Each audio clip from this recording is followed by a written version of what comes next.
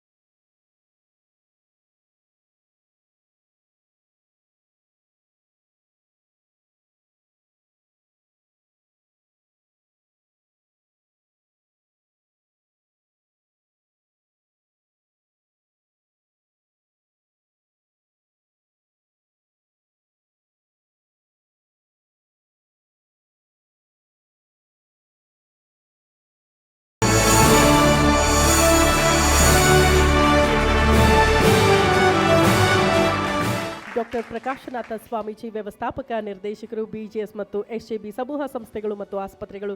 ಗುರುಗಳೇ, ದಯವಿಟ್ಟು ವೇದಿಕೆ ಮೇಲೆ ಬನ್ನಿ ಸನ್ಮಾನ ಮಾಡೋದಕ್ಕೆ. ಅದೇ ರೀತಿ ನಮ್ಮ ನೆಚ್ಚಿನ ಚಾಮುಂಡೇಶ್ವರಿ ಕ್ಷೇತ್ರದ ಮಾನ್ಯ ಶಾಸಕರು ಶ್ರೀ ಜಿಟಿ ದೇವೇಗೌಡರು ಕೂಡ ವೇದಿಕೆ ಮೇಲೆ ಬರಬೇಕು.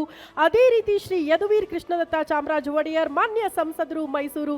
ಸರ್, ದಯವಿಟ್ಟು ಇಬ್ರು ಕೂಡ ವೇದಿಕೆ ಮೇಲೆ ಬನ್ನಿ.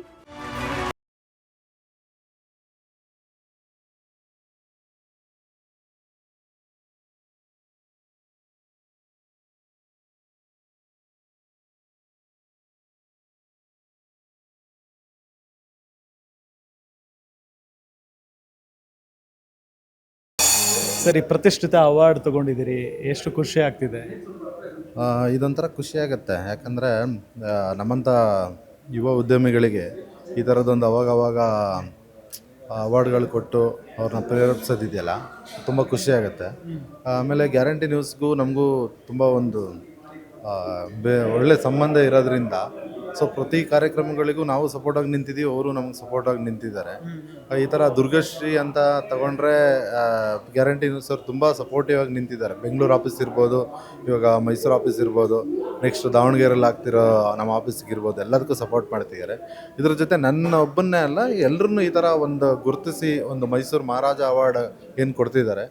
ಅದು ಖುಷಿಯಾಗುತ್ತೆ. ಎಲ್ರಿಗೂ ಒಳ್ಳೆಯದಾಗಲಿ, ಗ್ಯಾರಂಟಿ ನ್ಯೂಸ್ಗೂ ಕೂಡ ಒಳ್ಳೆಯದಾಗಲಿ.